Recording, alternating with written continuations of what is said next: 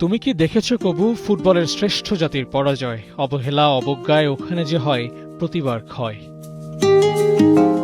ফ্রান্সের বিপক্ষে ফ্রেন্ডলি ম্যাচটা কেবল স্কোর লাইনেই সীমাবদ্ধ নয়, বাটখারায় মাপা হয়ে গেল বিশ্বকাপে এই ব্রাজিলের অবস্থাটা কেমন হতে পারে। কোথাও যে একটা কমতি আছে তা কারলো আপনার নিট অ্যান্ড ক্লিন গ্লাসের ভেতর দিয়ে একজন নেইমারের নামটা দেখা যায় তো, নাকি ইনজুর্ড কারো নাম আপনার মুখে রোচে না। ছন্ন ছাড়া ব্রাজিল, এলোমেলো খেলার প্যাটার্ন, মাঠে যেন কিছু একটা নেই নেতা।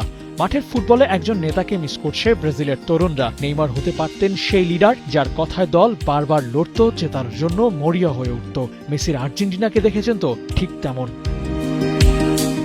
ব্রাজিলের হেক্সা মিশনে কোনো একটা কমতি থাকলে সেটা নিশ্চয়ই নেইমারের না থাকা। কিলিয়ান এমবাপে তো বলেই দিলেন বিশ্বকাপটা ওর কাছে নেইমার ছাড়া কল্পনাও করা যায় না। রোনালদিনো সহ আরো কত মহাতারকাদের মুখেও একই কথা, এই দলে নেইমারকে চাই।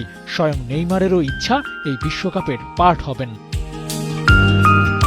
খুব বেশি সম্ভাবনা এখনো নেই যে নেইমার জুনিয়রকে ডেকে বিশ্বকাপে খেলাবেন কার্লো আনচেলত্তি। ফ্রান্সের বিপক্ষে এই হারও ব্রাজিল কোচের পরিকল্পনায় কোনো ছেদ হয়তো ফেলবে না। তবে প্রশ্ন ঠিকই রয়ে যাবে, নেইমারকে একটা সুযোগ আনচেলত্তি দিতে পারতেন কিনা, কিংবা এখনো পারেন কিনা। বিশ্বকাপ শুরুর আগে যে রিয়েলিটি চেক ব্রাজিলের পড়েছে সেটা এই দলটার জন্য পরিকল্পনায় পরিবর্তন আনার জন্য জোর দাবি তো জানিয়েই রাখে।